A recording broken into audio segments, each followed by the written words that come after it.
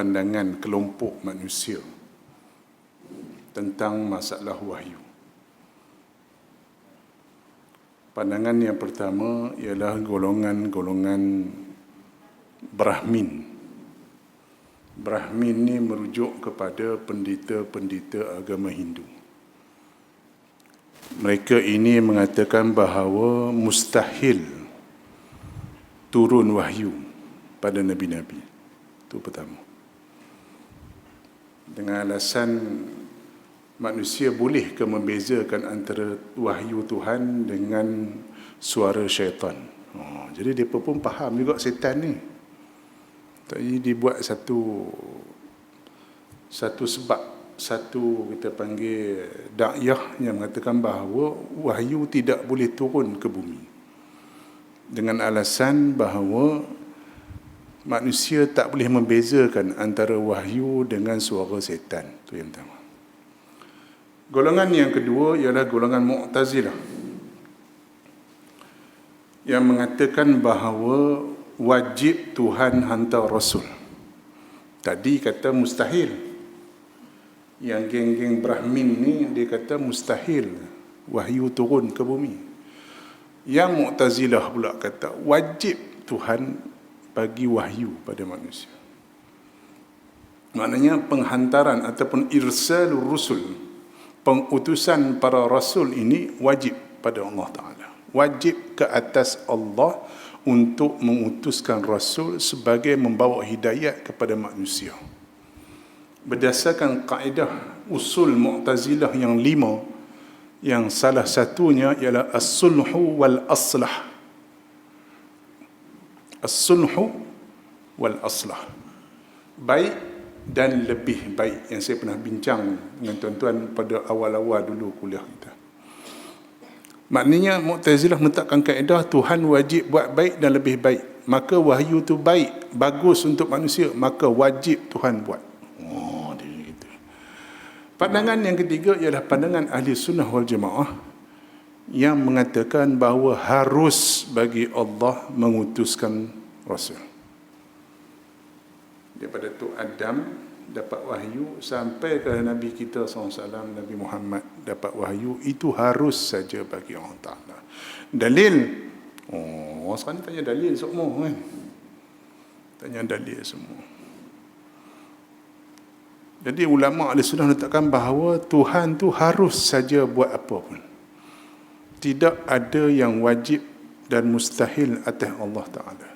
Sebab tu qudrat iradat Allah bertakluk dengan segala yang harus, tidak bertakluk dengan segala yang mustahil dan wajib. Kemah tentu ulama kata. Kita yang tak faham, nak menentang apa tu, jenuh nak faham. Menunjukkan bahawa harus saja Tuhan bagi kita rezeki, harus. Kalau tak bagi rezeki, mati, harus. Bagi hidup, harus. Bagi mati, harus. Bagi kita sihat, harus. Bagi kita sakit, harus. Bagi kita jadi Islam, harus. Bagi kita na'uzubillah keluar pada iman pun, harus. Semua bagi Allah Ta'ala. Itu dari segi kita kaedah ilmu akidah yang kita mengaji. Dalil Quran, laqad manna Allahu 'alal mu'minina idz ba'atsa fihim rasulah. Sesungguhnya Allah Ta'ala telah mengurniakan bagi orang mukmin. Mana? Bila Tuhan mengutuskan rasul bagi mereka. Dalil lagi, Nabi Ibrahim masa dia naikkan Kaabah tu, Rabbana wab'as fihim rasulan minhum yatslu alaihim ayatika. Ya Allah Tuhan kami, utuskan di kalangan mereka, mana daripada orang yang lahir membesar di kota Mekah, daripada anak cucu baginda iaitu Nabi Ismail. Nabi Ismail kahwin dengan siapa? Jem. Tanya tu Jem. Mesti Jem. Ya, Nabi Ismail kahwin dengan orang yang datang merantau daripada arah Yaman sana. Ya, selepas berlakunya perpecahan empangan Ma'rib, orang Yaman berseredak lari. Antara yang datang ke Mekah tu ialah puak-puak yang dipanggil kaum Jurhum. Daripada keturunan itulah yang berkahwin dengan Nabi Ismail yang akhirnya turun keturunan Nabi kita SAW. Saya baca sejarah tu masa Darjah 3 sekolah rendah. Pasal apa? Pak beli buku, paksa suruh baca 26 jilid sejarah Nabi SAW. Sekali cakapnya, budak dulu pak suruh sekali ya, tak cakap banyak, nak mampuih kalau lawan. Suruh bagi masa setahun, 6 bulan settle. 26 jilid. Budak lah bagi 3 tahun, haram tak baca. Sudah. Nampak macam mana? Budak lah ni zaman IT. Maklumat di hujung jari. So, ilmu ada kat hujung jari, kat sini tak ada. Tu masalah budak hari ni. Kan? Jadi saya pun nak cari jugalah buku-buku macam tu, tak ada lah. Mana tak ada. Saya rasa buku tu bahasa Indonesia, tak silap saya. Tapi boleh faham lah, boleh mudah faham. Jadi bila Nabi Ibrahim doa minta supaya utuskan bagi mereka, maknanya benda tu harus. Sebab antara adab dalam berdoa ialah kita minta benda yang harus berlaku.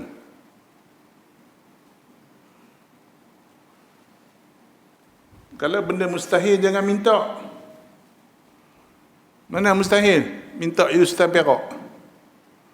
Boleh? Kalau kita tu ada anak saudara Sultan Nerih ke, anak saudara Sultan Azlan ke, kutlah. Haram. Darah bangla je ada, darah raja tak ada. Jangan nak mimpi. Minta benda yang tak boleh. Jadi antara adab berdoa, minta benda yang boleh berlaku. Jadi harus. Boleh berlaku dalam kaedah apa nama ilmu usul, ilmu tauhid, ialah harus. Mungkin wujud. Boleh berlaku. Jadi itulah yang kita pegang, bahawa penghantaran ataupun pengutusan Rasul ini, turunnya wahyu kepada satu-satu hamba ialah harus. Inna Allah astafa Adam wa Nuhan wa ala Ibrahim wa ala Imran 'alal 'alamin. Tuhan pilih.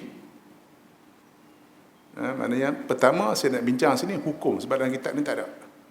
Benda tu bincang di kitab-kitab kuliah kami dulu di Azhar.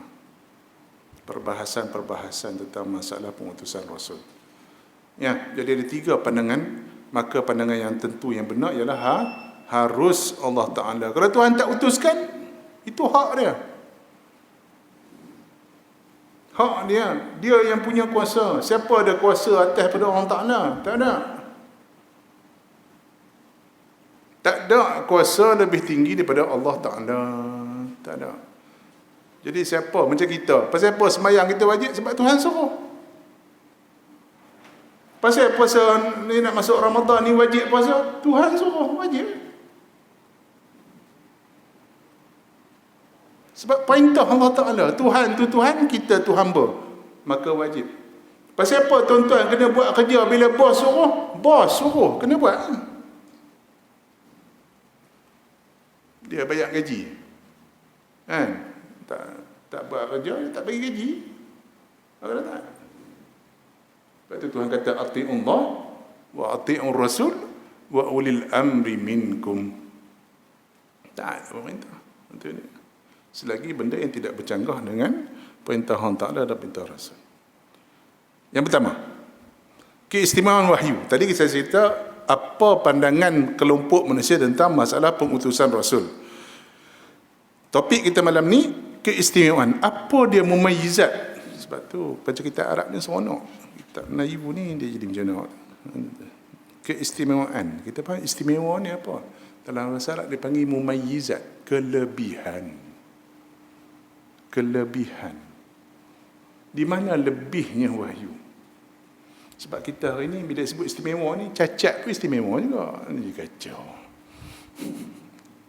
Special pun istimewa juga. Kan jadi pening kepala. Pertama, wahyu hanya disampaikan kepada Nabi dan Rasul. Kenapa? Hanya Nabi dan Rasul je dapat wahyu. Orang lain tak dapat. Abu Bakar tak dapat. Orang paling rapat dengan Rasulullah, Abu Bakar, tak dapat wahyu. Umar tak dapat. Ali menantu Rasulullah dapat wahyu. Tak. Uthman menantu Rasulullah dapat wahyu. Tak dapat. Yang mana kita sebut itu, Rasul Nabi-Nabi ni ada yang anak beranak. Macam Nabi Ibrahim dengan Nabi Ismail, anak beranak. Nabi Ibrahim dengan Nabi Ishaq, anak beranak. Nabi Ibrahim dengan Nabi Lut, pak saudara, anak saudara. Ada yang adik-beradik, Musa dengan Harun, adik-beradik. Ada pak mentua dengan menantu, Nabi Musa dengan Nabi Shu'aib. Yang tu kalau test tuan-tuan, boleh test lah. Boleh test tak? Kita buat kat bendang panjang ni, kuis. Kuis tentang kenabian Rasul-Rasul. Boleh test. Siapakah Rasul-Rasul ni adik-beradik? Siapakah Rasul-Rasul ni pak dengan anak? Boleh ha? Boleh test. Boleh test. Belum tanya lagi anak Nabi berapa orang, anak nama apa, pindah. Belum tanya sepupu Nabi lagi. Kenapa nak tahu Ustaz? Pepatah Melayu pun kata, kalau tak kenal maka tak cinta. Kita biasa macam tu. Kenapa kita cinta satu? Sebab kita kenal dia. Dengan sebab kita cinta tu, kita akan cuba kenal dia. Selagi boleh kenal dia. Ni nama isteri Nabi pun tak kenal. Nama Tok Wan Nabi sampai bila? Sampai siapa? Muhammad bin Abdullah bin Abdul Talib. Tu ya. Atas sikit, habis. Indah. Jadi, eloklah, elok. Instead of kita panggil penceramah bayar sampai 1,000, 2,000, panggil pula penceramah TV pula 5-6,000 bayar. Kan? Bajet tak ada. Bajet ciput 300-400 ya.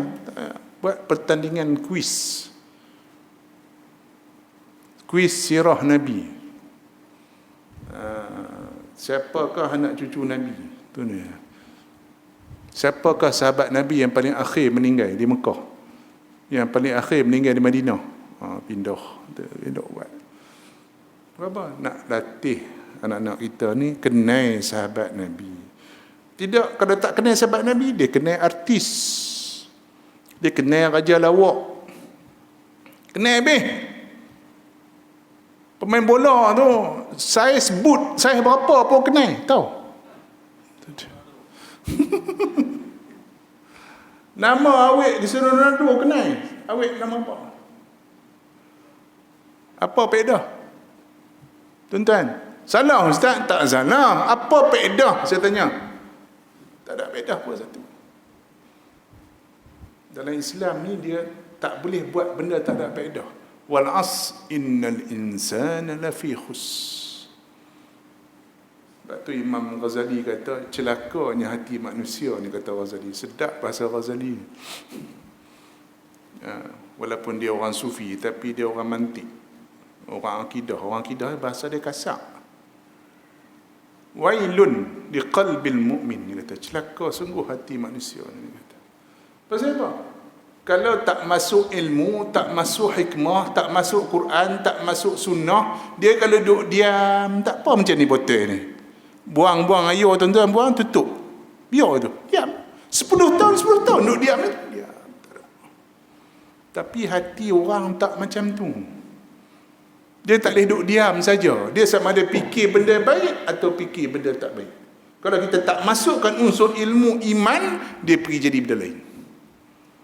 So, kena tanamkan pada anak cucu keturunan kita benda ni. Bukan suruh dia jadi ustaz. Tak apa, jadi engineer, jadilah engineer. Jadi doktor, jadilah doktor. Tak ada masalah. Tapi iman dia kekal ahli sunnah wal jamaah. Ni yang bala orang ni. Kita takkanlah semua orang jadi ustaz. Ni bukan saya tak jadi ustaz, tak jadi ustaz. Ni masalah iman. Ni apa dia jadi ustaz, jadi engineer yang bagus? Taklah dia songlak. Jadi accountant yang bagus? Tak dia sapu duit bank. Yang sapu duit bank semua orang cerdik. Macam kita tak reti sapu duit bank. Tuan-tuan pandai curi duit bank. Nak buat loan pun seksa. Pergi sana pejabat pengulu sign, pergi pejabat tok ketua sign, haram tak dapat, minta 5,000 je pun pinjam, haram tak dapat. Depa balun juta-juta. Senyap yang mentera darah. Pasal apa? Dia cerdik, ada ilmu tapi iman tak ada. Nak didik iman dalam perut generasi kita ini. Sebab dunia ni hanya bentuk otak. Otak perut tu je. Dia tak bentuk hati. Islam ni datang untuk bentuk tiga-tiga supaya ikut perintah Allah Ta'ala. Itu nama dia wahyu istimewa, mengantasi hukum akal manusia. Yang kedua, kebenaran wahyu bersifat mutlak, tak boleh argue. Pasal apa nak sembahyang? Jam. Aqimis salata liduluki syamsi ila ghasaqil laili wa qur'anal fajr inna qur'anal fajri kana mashhuda. Aqimis salata liduluki syams. Jadi kalau sembahyang bila gelincir matahari zuhur. Ila ghasaqil lail, sampailah gelap, iaitu sembahyang isyak, subuh, daripada zuhur, asar, maghrib, isyak. Situ sekali on the spot dan satu ayat. Wa Qur'an al-Fajr, dan baca Quran di waktu subuh. Mana 5 waktu sembahyang tu wajib itu. Inna as-salata kanat 'alal mu'minina kitaban mawquta. So bolehlah adjust. Sembahyang Jumaat, nama apa sembahyang Jumaat? Ya ayyuhalladzina amanu idza nudiya lis-salati min yaumil jum'ati fas'au ila zikrillah. Ustaz, boleh tak kita buat bincang sama-sama untuk mufti satu Malaysia ni, kita bincang Jumaat sembahyang hari Sabtu.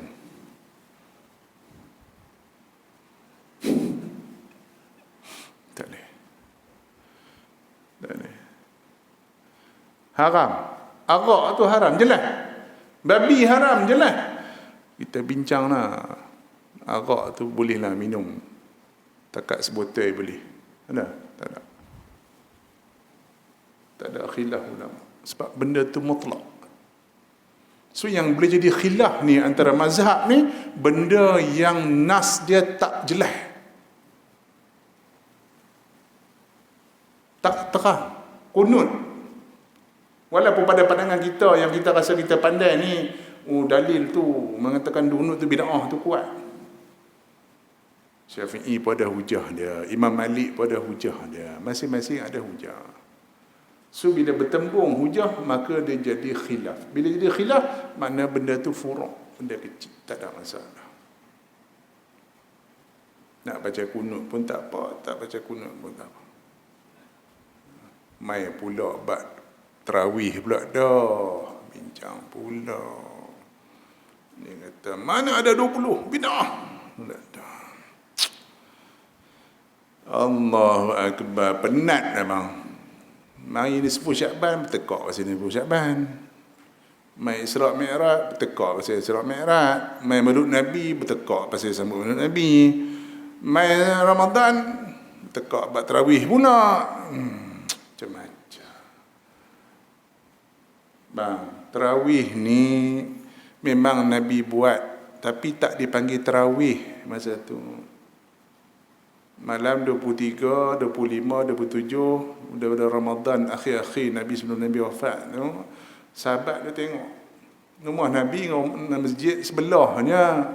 Hari ni dah termasuk dalam masjid Nabi pun, makam Rasulullah tu, itulah rumah Aisyah.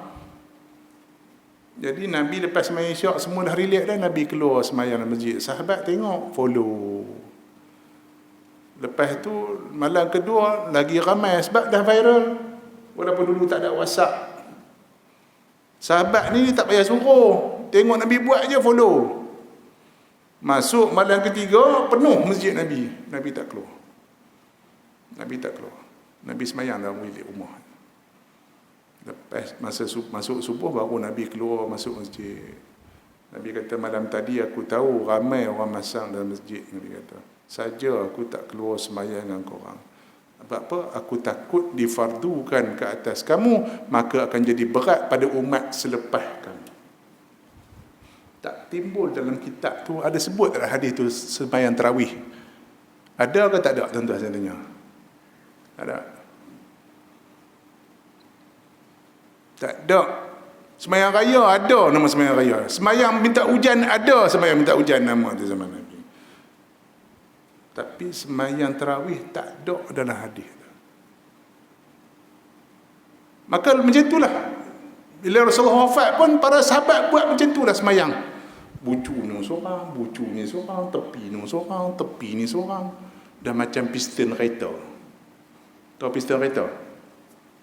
Tok. Macam kita pergi tengok sembahyang RNR. Tetapi RNR tengok orang sembahyang macam mana. Macam tu. Lebih kurang macam tu. Bucu ni dua orang, bucu ni dua orang. Aku pun tak tahu tu mazhab geng lain kot, mazhab lain kot, tak tahu lah macam mana. Lantak pergi mereka tadi cakap mereka marah, lantak pergi. Jadi zaman Abu Bakar pun macam tu. Abu Bakar merintah tak lama, lebih kurang 3 tahun lebih. Naik zaman Umar merintah. Umar pun tengok, bila masuk Ramadan Umar tengok tak comel. Umar kata tak comel. Umar pun panggil Ubay bin Ka'ab, sahabat Nabi yang dikatakan suaranya paling mirip dengan suara Rasulullah SAW bila baca Quran. Ubay bin Ka'ab. Dia juga di antara sahabat Nabi yang banyak menafsirkan Quran. Madrasah Mekah dipanggil Ubay bin Ka'ab. Jadi Umar apa panggil Ubay bin Ka'ab? Ubay, teman nak Mika jadi imam besok. Satukan umat Islam dengan satu imam. Maka Umar pun ijtihad buat 20 rakaat sembahyang. Bukan Umar ngigau-ngigau aku mimpi malam tadi buat 20. Dah. Adalah bincangnya. Dia bincang dengan Osman, bincang dengan Ali, bincang dengan Taha, bincang dengan Zubair, bincang habis lah. Kalau Umar salah, dah tentu Aisyah bangkang. Sahabat-sahabat Nabi ni bukan macam kita, pondan siam. Mula nak naik angin. Kita nampak misil melintang tapi penakut. Nak cakap lebih sikit tak berani ustaz, nanti orang boykot. Tahun depan tak jadi AJK masjid pula dah. Bukan orang sini, tempat lain. Kalau aku sebut banyak orang, tahun depan tak nak jadi calon pula ketua JKK pula dah. Sahabat Nabi tak macam tu. Dia takkan diam atas benda batil. No. Macam mana Aisyah tegur Ibnu Abbas tak silap saya dalam masalah, kononnya ada satu hadis yang Ibnu Abbas ambil daripada Rasulullah, mana orang yang mati itu akan disiksa dengan sebab waris dia teriak. Aisyah tegur on the spot. Salah Ibnu Abbas, kata Umar. Aisyah, salah. Nabi tak cakap macam tu pun. Nampak? Aisyah tegur terang-terang. Kalau betul ada hadis Aisyah mengatakan, memang ada hadis Aisyah katakan bahawa memang Nabi semayang, Aisyah kata Nabi semayang 11 rakaat saja, sama ada bulan Ramadan atau lainnya. Ni pokok pakai hadis ni lah. Kalau betul Umar salah, dah tentu Aisyah bangkit tegur. Sebab dalam 6 sahabat yang dipanggil fuqaha, sahabat ni antara salah seorangnya Aisyah radhiyallahu anha. Antara yang sahabat yang diambil oleh tabi'in sebagai sumber hukum ni 6 sahabat, antaranya Aisyah. Bang, itu kena tahu. Jadi dia main bawa dalil gitu. Dia kata, mana Nabi kata, Aisyah kata Nabi semayang 11 rakaatnya. So dia ijtihad 11 tu 8 tarawih, 3 witir. Soalan saya tanya, kalau bukan Ramadan semayang tarawih ada kan? Aisyah kata semayang 11 rakaat sama ada Ramadan atau lainnya. Mana bukan Ramadan? Bukan Ramadan ada ke tarawih? Tak ada. Sebab tu hadis ada, tapi nak cara faham hadis tu kita tak erti. Kita tak sampai level nak faham sunnah Nabi tu. Lain kalau betul Aisyah kata Nabi sembahyang tarawih sebelah. Ya. Tu dilalah nas. Saya ingat Syekh saya sebut di Mesir. Laisa hunaka ijtihadun ma'an nas, walakin hunaka ijtihadun fi fahmin nas. Bila bertembung nas dengan pendapat ulama, betul pernah nas, tapi untuk memahami nas perlu pada ijtihad ulama. Kita baru belajar bahasa Arab semalamnya kan, baru jumpa hadis tu pun internetnya. Saya tanya tuan-tuan, mana muka kita pergi jumpa syekh, jumpa hadis? Angkat tangan. Saya nak tanya satu soalan je. Yang duk sembang kemas ni, duk sembang bab hadis ni, kita ambil daripada ulama ke? Ataupun kita ambil daripada internet je? Tu. Okey. Kebenaran wahyu bersifat mutlak. Mana tak boleh argue. Kalau nas tu betul-betul jelas bab akidah, bab benda-benda yang maklum minad din bin darurah, benda sembahyang semua orang tahu, orang Islam semua tahu sembahyang 5 waktu wajib, budak kecil pun tahu, orang gila pun tahu sembahyang wajib, zina haram, curi haram, arak haram, semua orang tahu jelas dengan nas. Kalau ada kita argue benda tu, kafir. Kalau kita argue benda tu, ya kau sembahyang wajib 5 waktu. Ada pula kata arak haram ke? Ada dalil ke? Ada. Tuan ingat?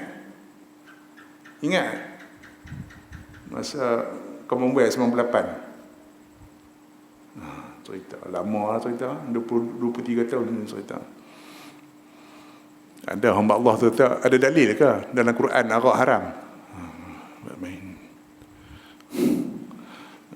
Bayar. Hang nak ambil dunia ni ambil lah. Kan? Tapi kena terima lah yang haram dengan halal. Kita semua mati, esok bang masuk kubur, pergi pada mahsyar, Tuhan akan tanya satu-satu soalan. Jangan duk main. Yang ketiga, hukum wahyu adalah kekal dan tidak boleh dipindah. Tak boleh pindah. Ini timbul isu. Ada tak dalam Quran ni nasah mansuh? Sebab kita faham Quran tak boleh dipindah. Okey. Maka timbul satu isu. Dalam Quran yang kita baca hari ini, ada tak mansuh? Sama ada mansuh tilawah ataupun mansuh hukum. Ini timbul isu. Jadi ada satu golongan yang berkeras mengatakan bahawa tidak ada mansuh dalam Quran. Tidak ada nasakh dalam Quran.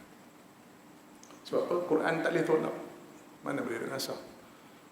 Dia tak cermat tentang situ. Sedangkan Quran sendiri sebut ma nansakh min ayatin aw nunsiha na'ti bi khairin minha aw misliha. Ada lagi pula dalam ayat yang sama juga, dalam bab yang paling glamour ni, dalam bab arak. Dalam bab arak. Mana? Allah SWT wa yas'alunaka 'anil khamri wal maisir qul fihima ismun kabirun wa manafi'u linnas. Mereka tanya pada kamu tentang masalah arak dan judi. Katakan wahai Muhammad, dalam arak judi itu ada manfaat untuk manusia. Itu dia. Wa ismuhuma, dan kesalahannya lebih besar daripada manfaat. Ayat tu ulama sepakat kata mansuh. Mansuh.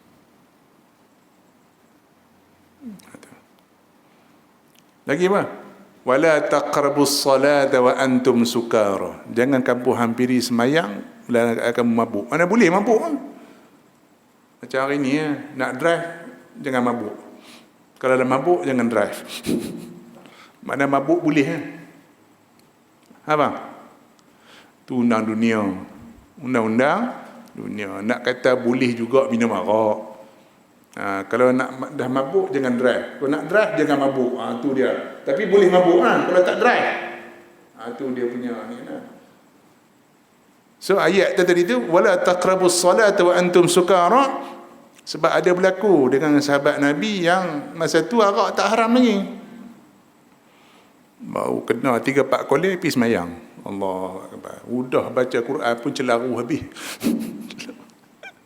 Turun ayat tu. Wala taqrabus salata wa antum sukara. Janganlah kamu semayang dan kamu mabuk.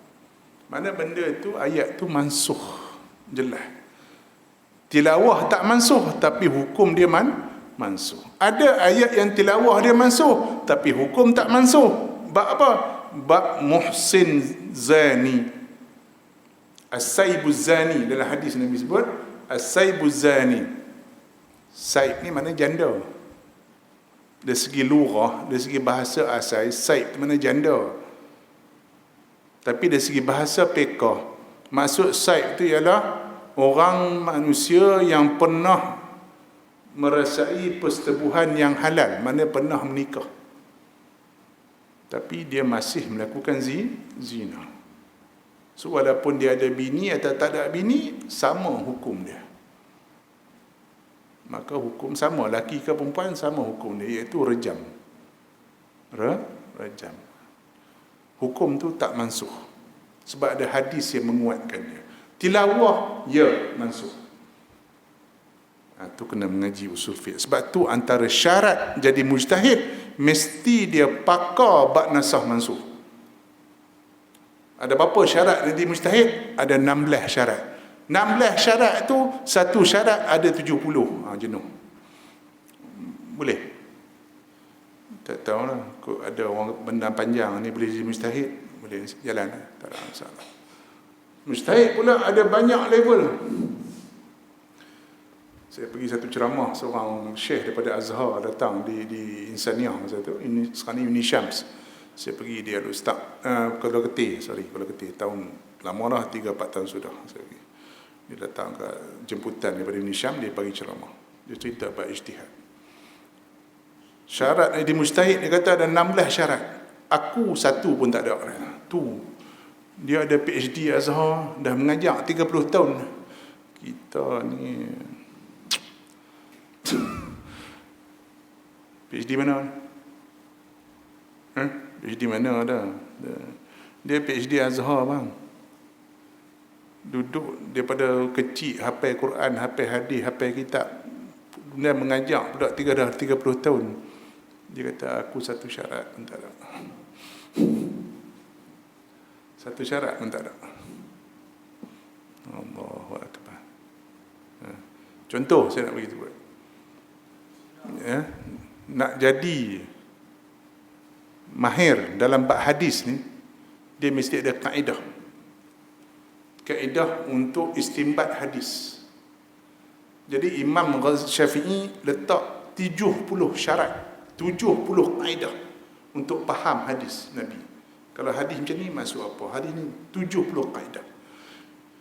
Abu Hanifah ada 100 kaedah. Kita ada berapa kaedah? Saya tanya. Tu. Kalau ada 100, ahlan wa sahlan. Boleh tak apa? Buatlah mazhab ni hari. Kalau tak ada, duduk diam. Makan roti canai, capati, duduk diam sudah. Kemudian mujtahid tu ada banyak level. Yang paling tinggi dia panggil mutlaq mustaqil. Tu yang 12 mazhab yang ada tu, mutlaq mustaqil. Yang kedua dia panggil mutlaq tapi tak mustaqil, macam Muzanni, macam Rabi'. Dia mutlaq, mana dia boleh ijtihad sendiri tapi dia tak boleh lari pada tok imam dia, tok syekh dia. Kaedah syekh dia mesti ikut. Macam Qadhi Abu Yusuf dengan Syekh Muhammad masih ikut kaedah Abu Hanifah. Dua level ni kata Syekh Wabah Zuhaili almarhum tuan guru Syekh Wabah Zuhaili. Mutlaq mustaqil dengan mutlaq ghair mustaqil ni kata Wabah Zuhaili qad faqada minaz zaman. Tak ada. Itu bukan saya kata. Tuan-tuan boleh buka fiqh al-Islami wa adillatuhu yang ada 9 jilid tu, Saya tak tahu terjemah Melayu berapa jilid. Kitab Arab 9 jilid. Buka jilid pertama, bab ijtihad. Syekh Wahbah Zuhaili hurai. 2 spesies ni qad faqada minaz zaman. Tak ada dah hari ni kata dia. Bawah tu barulah level-level macam Syirazi, level-level macam apa nama Imam Juwaini ke mazhab Syafi'i. Bawah tu lagi baru level Ghazali. Bawah tu lagi baru bagi mujtahid tarjih Imam Nawawi. Imam Nawawi dengan Ghazali tinggi Ghazali lagi dari segi fiqh ni. Nawawi ni tarjih saja. Maksud tarjih, dia himpun semua qaul dalam mazhab Syafi'i, dia rajihkan mana kuat, mana kuat, mana kuat. Sebab tu kita di Malaysia ni banyak ikut Nawawi. Yang menghimpun ke tarik Nawawi dengan Rafi'i ni Imam Ghazali tu. Daripada situ baru pecah Nawawi dengan Rafi'i. Satu lagi dia panggil Subki. Fiqh Subki tak sampai ke tempat kita. Kita banyak pakai Nawawi. Bukti dia kita banyak pakai Minhajut Talibin. Dan kita banyak daripada itu pula Minhajut Talibin kita baca Minhajut Tulab Imam Zakaria Ansari. Syarqawi ala Tahrir. Itu semua turuk daripada Nawawi. Rafi'i kita tak apa nak follow sangat. Subki pun tak apa kita nak follow. Lain lagi lah. Juwaini ke Ghazali langsung kita tak baca. Tapi saya banyak tegur kawan-kawan, elok baca. Nak bagi kemas fiqh ni kena baca semua. Payahlah ustaz kalau jadi mufti lah. Kalau jadi tok peti tak apa, tak payah baca, tak apa. Boleh bang? Yang keempat, tidak diturunkan lagi selepas wafat. Ni poin penting nak cerita. Ni. Tadi tak cerita bab tauhid, ni cerita bab tauhid. Yang keempat ni maknanya bila Rasulullah wafat tak ada dah wahyu.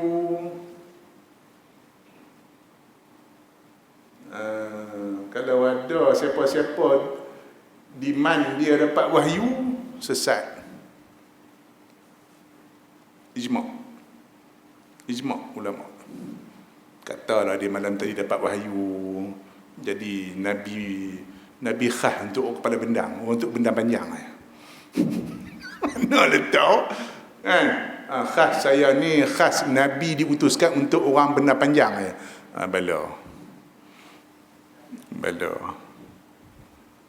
Dia mimpi malam tadi dapat sembang dengan Tuhan. Tuhan bagi wahyu semayang tambah satu lagi. Kafir. Kufur, keluar daripada Islam, tidak khilaf ulama. Sebab dia mengaku dapat wahyu. Sebab jelas dalam Quran sebut wa ma kana Muhammadun aba ahadin min rijalikum walakin Rasulullah. Ya, tidaklah Muhammad itu melainkan bukanlah Muhammad itu bapa salah seorang daripada kamu, melainkan dia itu ialah Rasulullah. Wa khataman nabiyyin, dan penutup segala rasul. Habis. Mai yang geng Selangor tu, orang Selangor tu pelik, dia ngaku, dia kata Muhammad Nabi terakhir. Saya bukan Nabi, saya Rasul. Yang Selangor. Dalil dia kata, cuba baca Yasin ni kata. Yasin wal Qur'anil Hakim innaka laminal mursalin. Saya bila saya baca surah Yasin, saya makrifat, saya faham Tuhan bagi nanti saya jadi Rasul. Punggah.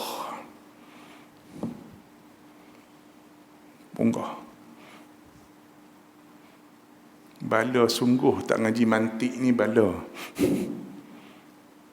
Macam mana nak faham Nabi dengan Rasul ni? Saya bawa tuan-tuan masuk kuliah Usuluddin boleh? 5 minit. Ni nak faham ni kena masuk Usuluddin, nak kena daftar kat USAH 3-4 ribu juga. Tak, malam ni free of charge. Saya bawa tuan-tuan 5 minit masuk Usuluddin. Dalam satu subjek dipanggil mantik. So saya ni antara orang yang bertanggungjawab mengajar mantik di USAH. Dah lebih 15 tahun dah mengajar mantik. Naik jemu lah aku tengok kitab mantik kan. Tapi itulah cerita, nak buat macam mana. Mereka suruh ngajak juga. Tu, saya kata pergi cari orang lain lah. Macam muih dah aku tengok kitab mantik ni. Aku nak ngajak tafsir juga, hadis kan. Ustaz ngajak mantik. Okey. Dalam subjek mantik ni ada di sana panggil nisbah bainal kulliyain. Boleh tuan-tuan? Tak apa, dengar dulu. Saya bukan zona exam. Suruh dengar je. Nisbah mana kaitan antara dua kuli. Kuli ni maksudnya set. Set. Macam orang bendang panjang. Saya pun tak tahu sepandang bendang panjang ni kat mana. Saya pun tak sure sepandang bendang panjang ni mana. Tak apalah. Katalah start daripada Taman Jasa sampai mana? Jerlun. Betul? Kau sampai camp tu atas RPA. Sampai RPA lah. Dalam lagi. Dia katalah. So dalam lingkungan tu ada berapa orang? Ada lebih kurang ustaz, lebih kurang 1,500 orang contoh. So 1,500 orang ni duduk dalam set orang bendang panjang. Boleh? Boleh tak boleh? Boleh. Okey. Faham tu? Mudah ya mantik ni, tak usah mana pun. Okey. Sekarang contohnya Kuala Kangsar. Baik, Kuala Kangsar besar. Besar tak Kuala Kangsar? Mana besar? Kuala Bangsa ke Bendang Panjang? Kuala Kangsar besar lagi. Siapa kata Bendang Panjang besar lagi kat tangan? Tak cerdik no. Tu habis cerdik. Sebab apa? Sebab Bendang Panjang one part of Kuala Kangsar. Boleh. So orang Bendang Panjang duduk dalam satu set. Set Bendang Panjang. Ada berapa? 1,500 orang. Saya tak duduk Bendang Panjang, saya duduk Candan. Tapi saya kata saya orang Kuala. Alamat saya bawah poskod 33,000 Kuala Kangsar. Orang Senggang pun poskod 33,000 Kuala Kangsar. Orang Talang pun poskod Kuala Kangsar. Orang Manu pun poskod Kuala Kangsar.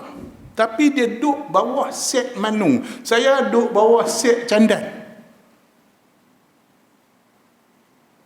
So saya boleh kata setiap orang duduk di Candan ialah duduk di dalam Kuala Kangsar. Betul tak? Betul ke tak? Tapi tak semestinya orang duduk Kuala Kangsar duduk di Candan. Boleh? Pening dah. Takkan pening dah kot. Baru 5 minit, 2 minit, saya tak lagi 3 minit. Seronok suruh dia ni. Seronok. Baik. Kalau saya duduk Candan, mesti saya duduk Kuala Kangsar. Tapi saya duduk Kuala Kangsar tak semesti duduk Candan. Mungkin duduk Talang, mungkin duduk sini. So, set yang besarnya ialah Kuala Kangsar. Set kecilnya Candan, Kepala Bendang, Bendang Panjang, Manung, Senggang. Tu set-set kecil dia. So, bila dinafikan yang kecil, tak semesti ternafi yang besar. Boleh. Tapi kalau ternafi yang besar, ternafi yang kecil. Saya tidak duduk di Kuala Kangsar. Contoh, mari satu orang, saya tanya, duduk Kuala ke? Tak, saya tak duduk Kuala. Pergi tanya pula, duduk Candan ke? Bodoh tu. Confirm bodoh. Dia dah kata saya tak duduk Kuala. Saya tak duduk Kuala. Dah tentulah dia tak duduk daripada start, daripada Manung sampai dah Padangnya. Sampai ke Sungai Siput. Dia tak duduk dalam kawasan tu. Pergi tanya lagi. Oh, Candan kot. Lah, Candan tu dalam Kuala Kangsar. Ni mana letak kepala otak. Kalau dia kata saya tak duduk Candan, mungkinlah duduk Senggang, mungkin duduk Kepala Bendang, mungkin duduk Bendang Kerin. Mungkin. Faham tak? Bila Tuhan kata wa khataman nabiyyin, penutup segala nabi, nabi dengan rasul mana lagi umum? Jam. Nabi dengan rasul. Nabi lagi umum daripada Rasul. Setiap Rasul adalah Nabi, tak semua Nabi adalah Rasul. Bila Tuhan nafikan umum, penutup segala Nabi, mana tak ada Nabi dah. La Nabi ya ba'di, kata Rasulullah. Tidak ada Nabi lepas aku. Maka Rasul pun termasuklah. Macam saya kata tadi, saya bukan orang kansa. Mana bukan orang candan, bukan. Mana bukan. Selagi dalam lingkungan tu, bukan. Mepok ni kata tak, Nabi ya takhir ya, Nabi Muhammad. Saya Rasul. Bingung nak mampu itu, payah nak faham. Tak mengaji mantik ni bala. Bala. Boleh bang? Alhamdulillah. Boleh dapat diploma Usuluddin insya-Allah. Mudahnya mantik nak. Mudahnya. Tapi duduk Mesir 4 tahun tak faham juga. Itu masalah. Allah. Ya Allah. Boleh? Maknanya siapa yang mengaku dapat wahyu lepas Rasulullah wafat, kafir. Sebab itulah Musailamah al-Kadzdzab tu jelas kafir, tak khilaf ulama. Siapa juga yang dakwah. Sebab tu ajaran sesat hari ni yang kita tengok, tak kira lah Qadiani ke, Bahai ke, Ayah Pin ke, Asad Nak Rimau ke, Geng Ahmad Matahari belakang balik pulau, tak kira lah mana pun, semuanya akan kait dengan wahyu. Sama ada terang-terang dengan aku Nabi, terang-terang mengaku Rasul, ataupun konon-kononnya dapat wahyu. Ayah Pin lagi best mengaku Tuhan terus kan. Tu haram sungguh mengaku Tuhan terus. Yang best tu follower dia pun kata, saya jumpa Ayah Pin kat langit. Masa bila dia naik langit aku pun tak tahu. Nabi Muhammad pun naik langit sekali je semua hidup. Ya, Nabi Muhammad cuma naik sekali semua hidup. Dia naik setiap hari. Mana dia lagi hebat daripada Nabi Muhammad SAW. Tak khilaf ulama sesat ni pokok ni. Nauzubillah. Faham? Okey. 2 minit. Wahyu mengandungi undang-undang Allah Ta'ala, syariat. Sebab ada perkara syariat ni yang tak boleh dipikir dengan otak. Halal haram ni bukan semua otak boleh capai. Ada benda yang otak tak boleh capai. Syariat bagi tahu, terutama dalam bab ibadat. Tuan-tuan kentut ambil semayang, basuh tangan mana? Tuan-tuan kentut sat-sat, ambil semayang basuh muka. Ada basuh punggung. Kau lah haji, Allah aku terkentut, jangan terkincit lain. Kentut basah je punggung, ambil basuh. tu lain cerita. Ni dah kentut biasa, pergi basuh punggung makruh. Kentut pergi basuh punggung makruh. Sebab sia-sia. Sia. Lain terkincit, tu lain cerita. Sebab tu berkumur bulan Ramadan makruh hukum. Sebab apa? Sebab yang kita busuk tu bukan daripada mulut. Busuk tu main daripada perut, ma'idah. Sebab bila perut kita kosong, dia tidak ada penapih dah antara mulut dengan perut kita. Sebab tu bila kita bersuara, bau kita busuk. Maka ulama kata makruh kita berkumur. Sebab apa? Rugi ayuh, sia-sia. Tapi kalau dah tidur, pergilah kumur. Hidup basi meleleh kan, pergi kumur, pergi basuh. Dah lah tidur dalam kelas. Apa nama pergi naik bas ke apa, tapi tu pergi basuh lah, tak apalah. Saya pun kadang sebab kita nak sembang orang, kita pun jadi ustaz. Dia berkata ustaz akan makruh kumur. Saya betul, tapi tak selesa lah kan. Kita nak sembang orang, tapi kumur tu bubuh lah. Saya pula jenis gusi berdarah pula, selalu gusi berdarah. Saya kena kumur dengan dengan Listerine. Maka bila ada hajat, hilang makruh. Ingat kaedah fiqh, bila ada hajat, hilang makruh. Sebab makruh tu asalnya untuk benda yang sia-sia. Boleh. Macam tuan-tuan semayang, kalau bukan PKP ni, tuan-tuan bawa sejarah kecil saja, bawa sejarah kecil sebelum PKP lagi. Jadi orang semayang sujud atas ni, kita sujud atas. Lapik kepala saja, makruh. Sebab lapik kepala saja, konon kepala kita tu mulia sangat, tak nak letak atas lantai. Tapi sebabkan hajat PKP ni untuk maslahat, maka hilang makruh tu. Tu kemas pekah tuan tu. Seronok aja pekah ni nak. Dia masih masuk dalam logik. Yang aku mengaji Usuluddin ni sampai tak masuk logik tu pening kepala. Tuan-tuan bayang Kristian 3-1-1-3 tapi 3-1 mampu nak faham kot mana, memang tak faham.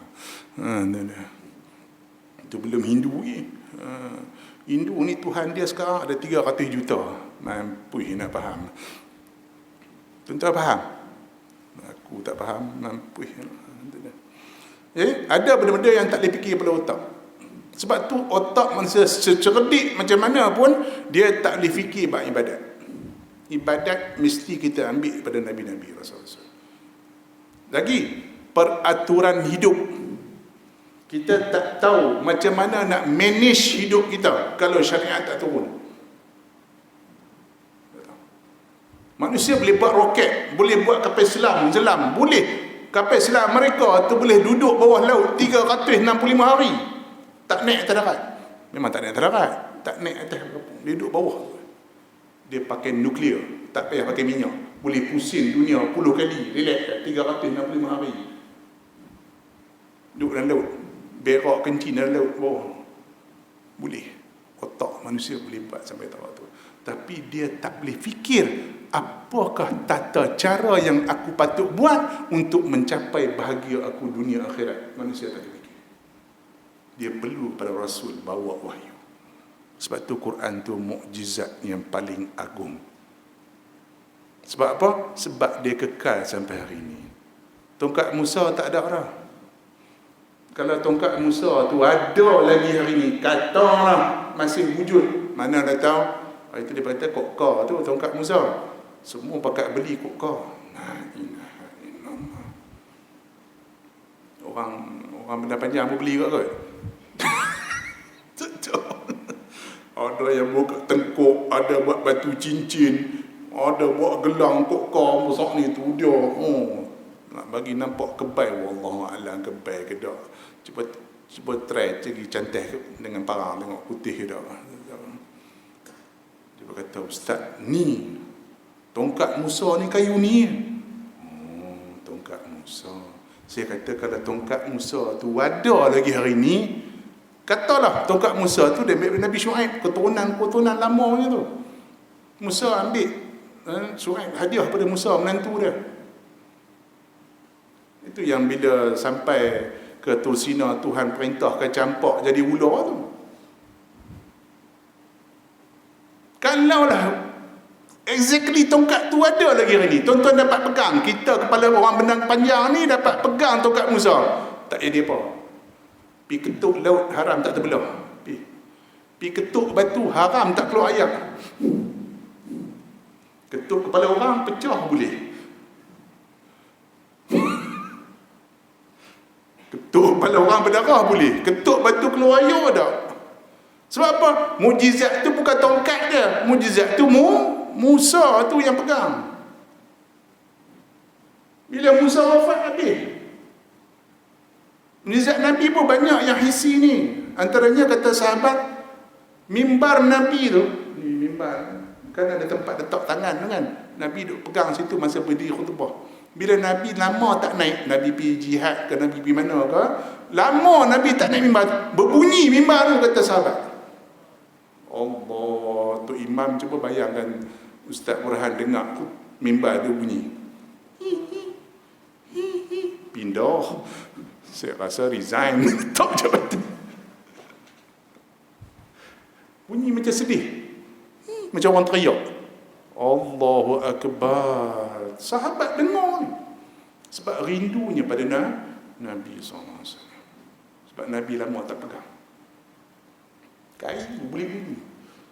Tapi bila Nabi wafat tak bunyi dah kayu. Tapi Quran ni, Nabi dah wafat 1400 tahun. Masih kekal ada bersama kita. Ni sementara nak Ramadan ni. Kan kita faham, kita duk hambat Lailatul Qadar kan? Saya tanya, kenapa Lailatul Qadar tu hebat? Sebab Tuhan sebut inna anzalnahu fi lailatul qadar. Kami turunkan Quran tu malam Lailatul Qadar tu. Dengan sebab itulah maka siapa beramal pada malam itu dia akan dapat fadilat lebih 1000 bulan. Sebab apa? Sebab malam tu turun Quran. Betul. Saya kata tuan-tuan, kalau tuan-tuan hafal Quran, tuan-tuan beramal dengan Quran, agak-agak berapa Lailatul Qadar tuan-tuan dapat. Yang tu orang tak pernah kupas. Kan? Saya kata, macam Nabi pernah sebut, siapa yang duduk dengan ulama 3 detik, siapa yang makan 3 suap dengan ulama, siapa yang berjalan 3 langkah bersama ulama, tidaklah kecil, kata Nabi, selangkah, sedetik dan sesuap itu, kata Nabi, tidak kecil daripada bukit Uhud, kata Rasulullah SAW. Besarnya pahala duduk dengan ulama. Kalau duduk dengan ulama 3 saat, pahala lebih besar daripada bukit Uhud. Tuan-tuan bayang pahala ulama tu banyak mana? Kita duduk dengan dia pun pahala banyak tu. Pahala dia banyak mana agak-agak? Pernah fikir? Tak pernah fikir. Baik. Kalau Lailatul Qadar tu malam tu saja, dengan sebab turun Quran malam tu, siapa beramal sama dengan 1000 malam, lebih daripada 1000 malam, tuan-tuan bayang ahli Al-Quran yang sentiasa menghidup diri dia dengan Quran, berapa banyak pahala dia dapat? Allahu Akbar kabir.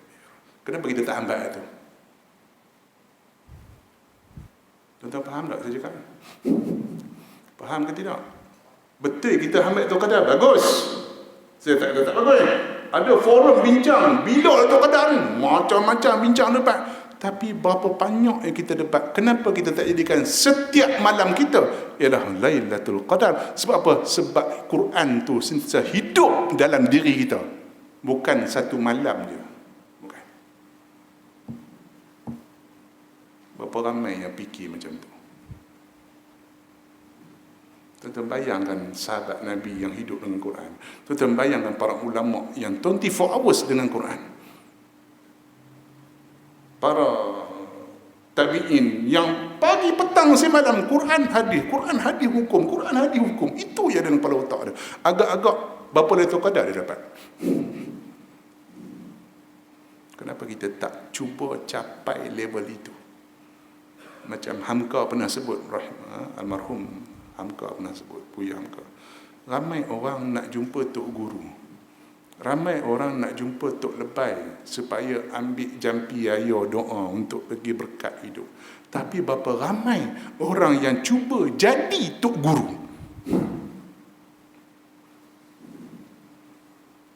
Tu silap kita, dia kata. Kita cuma nak ambil berkat Tok Guru. Bagus. Kita nak duduk berdamping Tok Guru. Bagus. Tapi berapa ramai yang kita cuba hidup macam Tok Guru. Jarang. Kadang. InsyaAllah dengan berkat Ramadan kita tahun ni, kita reformasi diri kita, insyaAllah. Ya, sebab Quran tu mukjizat. Tuan-tuan boleh buka, saya tak tahu ada terjemahan Melayu atau tidak, karangan Allahumma salli ala Muhammad, Syekh Imam Abu Zahrah, seorang ulama Azhar yang cukup terkenal. Syekh Muhammad Abu Zahrah mengarang satu kitab khas, Al-Mu'jizatul Kubra, mukjizat yang maha agung, iaitu Quran. Kalau kita Arab dia satu jilid, kitab Melayu saya tak tahu, saya rasa ada terjemah, tuan-tuan boleh cari. Dia hurai dengan detail di manakah mukjizatnya Quran. Imam yang kedua yang termasyhur sekarang itu ulama moden lah. Ulama turas yang orang tu yang karang bab tu ialah Imam Sayuti dalam kitab dia Mu'tariqul Aqran fi I'jazil Quran. Tak tebal 3 jilidnya. Pindah. Tak tebal 3 jilid. Satu jilid lebih kurang 300-400 muka, 3 jilid lebih kurang 1200-1400 muka lebih kurang. Baca pun penat. Macam mana dia orang karang kitab? Pelik betul. Tapi itulah ulama dulu kan. Obses mereka dengan Quran. Sayuti hurai detail. Kenapa bismillah dulu? Kenapa Fatihah dulu? Kenapa lepas Fatihah Baqarah? Apa kaitan Baqarah dengan Fatihah? Kenapa lepas Baqarah Ali Imran? Tuan-tuan boleh buka dalam kitab Imam Sayuti tadi, Mu'tariqul Aqran fi I'jazil Quran. Macam mana kita nak faham Quran tu mukjizat? barulah rasa seronok kita baca Quran. Ni dah 40 kali khatam dah, dengan khatam-khatam, dengan khatam pun khatam. Sebab orang dulu bila khatam, nak khatam tu kena khatam dulu. Saya dululah masa kecil-kecil. Kena khatam Quran baru masuk khatam. Punya orang Melayu ni dengan Quran, masya-Allah tabarakallah. Tapi itulah dah berapa puluh kali khatam dah. Sama aja. Serope. Bengkin rupa itu juga. Perungui rupa itu juga. Sondak di pejabat tu rupa itu juga. Bukan orang sini bang. Tempat lain insya-Allah. Mudah-mudahan dengan berkat Ramadan tahun ni kita akan jadi generasi Al-Quran yang sentiasa menghidupkan Quran dalam hidup dia, dalam hati dia, dalam jiwa dia, insya-Allah. Mudah-mudahan kita lahir semua dibangkitkan orang Ta'ala sebagai kiamat besok sebagai ahli Al-Quran yang Nabi sebut, khairukum man ta'allama al-Quran wa 'allama. Wallahu a'lam. Kita jumpa lagi insya-Allah lepas raya. Mudah-mudahan dipanjang umur, ya, diberkati hidup kita insya-Allah. Bismillahirrahmanirrahim. Alhamdulillah. Allahumma rahman rahimin wa nahaq haqqan wa batil batil.